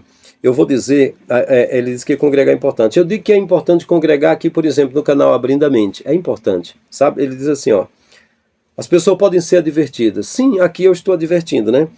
Pode ser abençoado. Sim, estou abençoando vocês com a palavra e vocês até me abençoando fisicamente, materialmente, né? Consolado, sim. Tem muita gente consolada, feliz, que não são mais escravos da religião. Muitos, dezenas, disseram a mim que estão com a mente aberta, livre, E o que pegava de dízimo ajudava os cães gulosos, agora ajuda pessoas carentes. Sente a presença do Pai, né? E que pode ser atendido, sim. Você pode ser atendido aqui virtualmente. É igual você fazer um pedido de uma pizza ou alguma coisa para alguém entregar. Eu estou entregando, não preciso ir fisicamente. Eu apareço na sua tela aí, né? Ser ajudado. Estou ajudando e sendo ajudado também aqui, né? Corrigido. Muitos irmãos pegam o meu zap e ficam me fazendo perguntas e eu vou ajudando a esclarecer. Para concluir,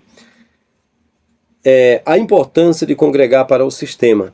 Ele diz o seguinte, que a fé tem de ser provada. Olha, as pessoas ser corrigidas. O sistema faz isso. O sistema se mete na tua vida física, na tua vida psicológica, na tua vida amorosa, na tua vida social, se mete em tudo e te prende, né? Aí quer corrigir você, o teu comportamento tem de ser assim, tem de ser assado. Está errado. O Messias não fez isso. O Messias disse, olha, se você amar o Criador e amar o próximo, já está bom.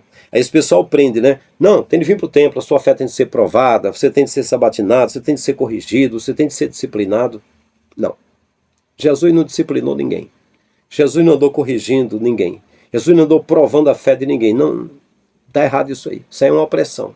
Isso é algo totalmente errado, né? A prova que o sistema dá é uma prova corrompida. Não existe aqui, não, mas porque Abraão foi provado, não sei o que, não. A fé da pessoa que crê em Jesus já está aprovada, não precisa ser provada em nada mais. Não, mas eu tenho de testar, ver se dá para o ministério, não sei o que, não, para o sistema, não precisa mais disso. Quem aceitou a fé no Messias e tem o Espírito Santo, ele pode ser esclarecido com a palavra do Messias, o Espírito Santo guia a toda a verdade, está escrito, vós tendes a unção do santo e sabeis tudo.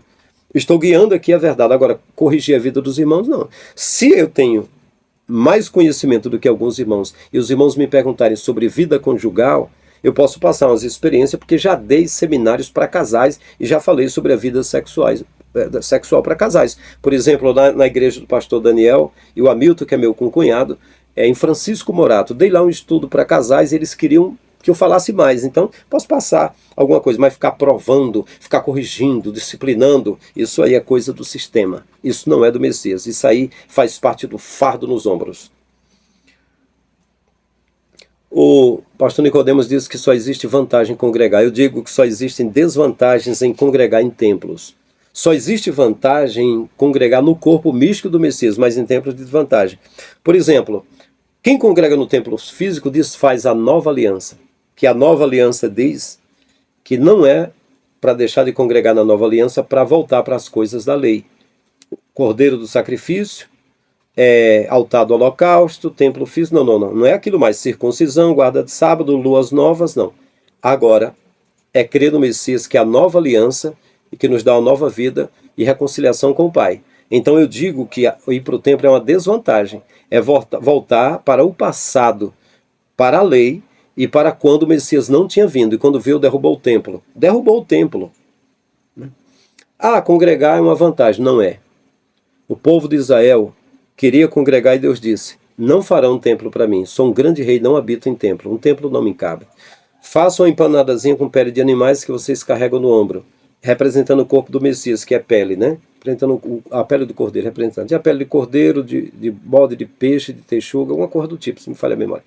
E aí eles carregavam. Aí o Davi disse, eu quero fazer um templo. Aí o profeta Natan disse, faça o que está no teu coração, você é o rei de Israel. Aí depois voltou e disse, Davi, tu está dizendo aí que habita numa casa de cedro, mas a arca do concerto de Israel não tem onde ficar, e vai fazer um templo. Não faça. Deus vai fazer uma habitação para ele, que era o corpo do Messias, né? Aí Salomão, filho de Davi, filho do adultério com Betseba, aparece numa nuvem escura, um Deus que disse, faça o templo. E Salomão pega um monte de animais e queima, que escurece o céu. Ele disse, antes de ti, depois não haverá ninguém superior em sabedoria. Aí, assim que Jesus chegou, disse, eu sou maior do que Salomão. E disse, eu sou maior do que o templo, eu sou o Senhor do templo. Sou maior do que o templo e maior do que Salomão. Disse logo, entende? Então, se ele disse que era maior, ele era maior em conhecimento. Eu sou maior do que Salomão. E depois ele até disse, olha, debochando um pouquinho no bom sentido, né? Não se preocupe pelo que vão comer, nem beber, nem vestir. Olha o lírio dos vales. Nem mesmo Salomão se vestiu como eles. Dizendo que quem é Salomão? Comparado com Messias, né? Então aí, Salomão fez o templo. usou Irã Abif, um maçom da genealogia maçônica, que os maçons respeitam muito, que forneceu as pedras, tirando pedras lá da caverna de Zedequias, em Israel, aonde hoje é feita reuniões maçônicas, lá na caverna de Zedequias, que foi retirado as pedras do palácio de Salomão, fez 1000 altares para deuses desconhecidos, deuses das 1000 mulheres.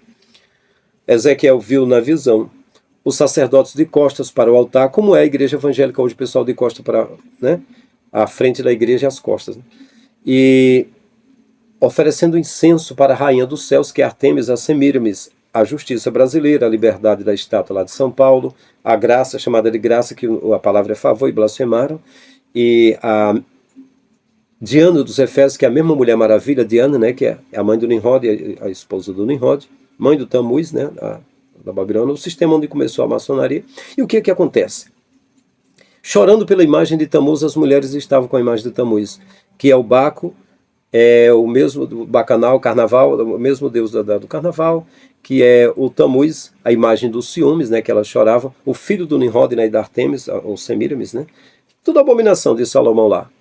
Aí Salomão, no seu templo, trabalhou com 72 demônios e com vários bruxos, confeccionou um anel que tinha magia. Isso está escrito em Clavícula de Salomão, em Pequena e Grande Chave de Salomão, Testamento de Salomão, está escrito na Cabala judaica. E aí, o Salomão fez um desafio a um demônio chamado Asmodeus. Asmodeus disse: você tem poderes, agora tire o anel do seu dedo. Quando Salomão tirou, ele transportou Salomão a 600 quilômetros de lá. Salomão ficou peregrinando, e Asmodeus se transformou em Salomão, levou o povo a pecar. Bastante idolatria. O Criador ficou tão zangado, enviou Nabucodonosor para destruir aquele templo. Aí na época de Neemias o povo chorava, queria um templo. O templo de Zorobabel, fizeram um templo pequeno, mas Deus não queria.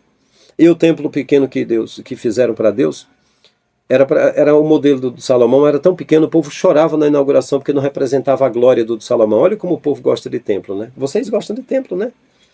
Aí, meu irmão mais novo, eu falei tudo isso para ele, ele falou e disse: mas eu gosto de lá, do templo, né? Aí, tudo bem, né?